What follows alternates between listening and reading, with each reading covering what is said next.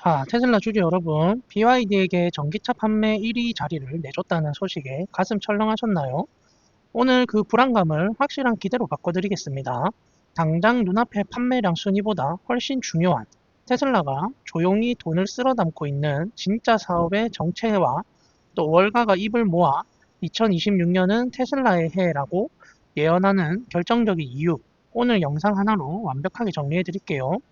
본격적인 시작에 앞서 여러분의 소중한 구독과 좋아요, 알림 설정이 제가 영상을 계속 만들 수 있는 가장 큰 원동력입니다. 바로 시작해 볼게요.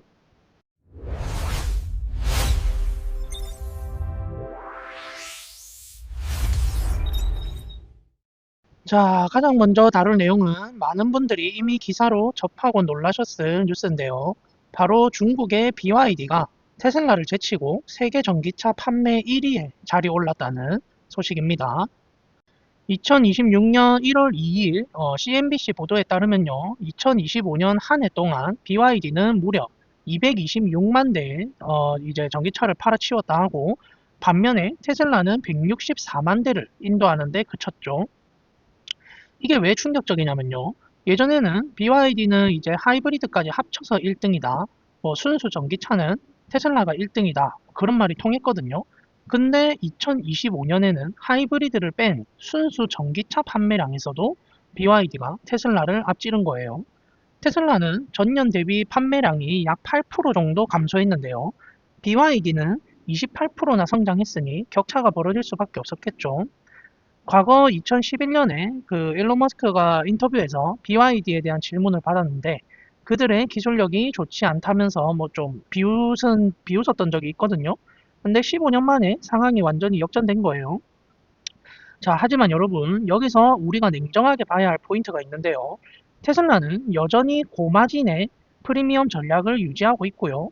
BYD는 이제 1000만 원대 초저가 모델부터 다양한 라인업으로 소위 박리담의 전략을 써서 물량을 늘리고 있는 겁니다. 중국 서민들이 가장 많이 사는 이 그 보급형 시장에 테슬라 모델이 아예 없습니다. 그러니까 싼 가격의 자동차 시장에는 테슬라는 포함이 안 돼 있고 BYD는 1000만 원대부터 저가가 있으니까 이제 이런 보급형 시장에 훨씬 더 많이 팔 수 있는 거죠. 테슬라도 앞으로 뭐 모델 2가 나오지 않는 이상은 뭐 계속 저가형 모델이 있을 수가 없죠, 테슬라는. 실제로 테슬라의 판매량은 줄었지만요. 주가는 최근 그 사상 최고치를 갱신했죠. 시장은 이제 테슬라를 단순한 자동차 제조사가 아니라 텍사스에서 무인 테스트를 성공시킨 자율주행 AI 기업으로 평가하고 있다는 뜻으로 볼 수 있고요. 그러니까 판매량 순위가 뒤집혔다고 해서 너무 불안해하실 필요는 없다는 그런 말입니다.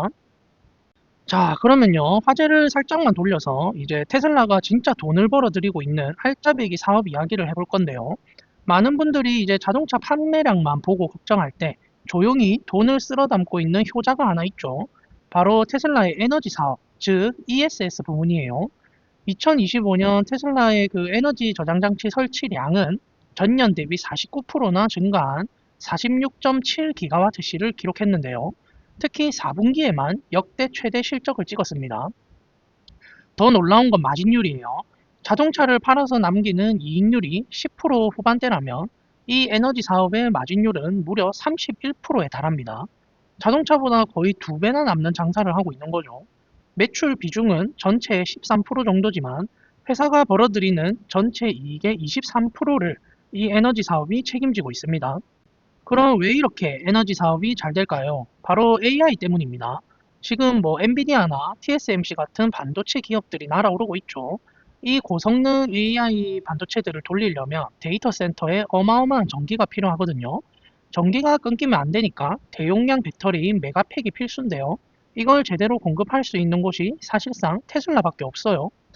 일론 머스크가 이끄는 xAI도 메가팩을 통해 최단기간 데이터 센터를 구축했었죠.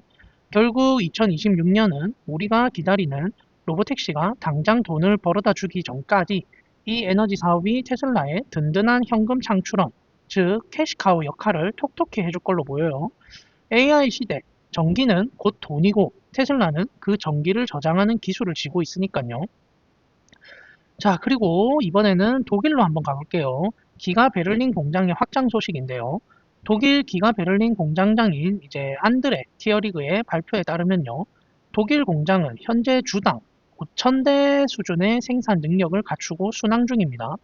폭스바겐 같은 독일의 전통 자동차 기업들이 감원이나 공장 폐쇄를 걱정하는 것과는 대조적으로 테슬라는 고용을 안정적으로 유지하고 있고 심지어 공장을 더 확장하고 있다고 해요.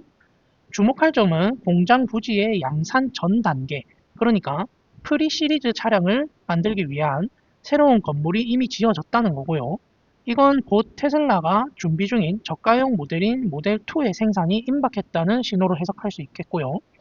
또 2027년부터는 연간 8기가와트씩 규모의 배터리 셀을 독일 현지에서 직접 생산할 계획이라고 합니다. 현재 공장 주변에 기차역을 옮기고 도로를 새로 닦는 등 인프라 공사도 한창이라 하고요.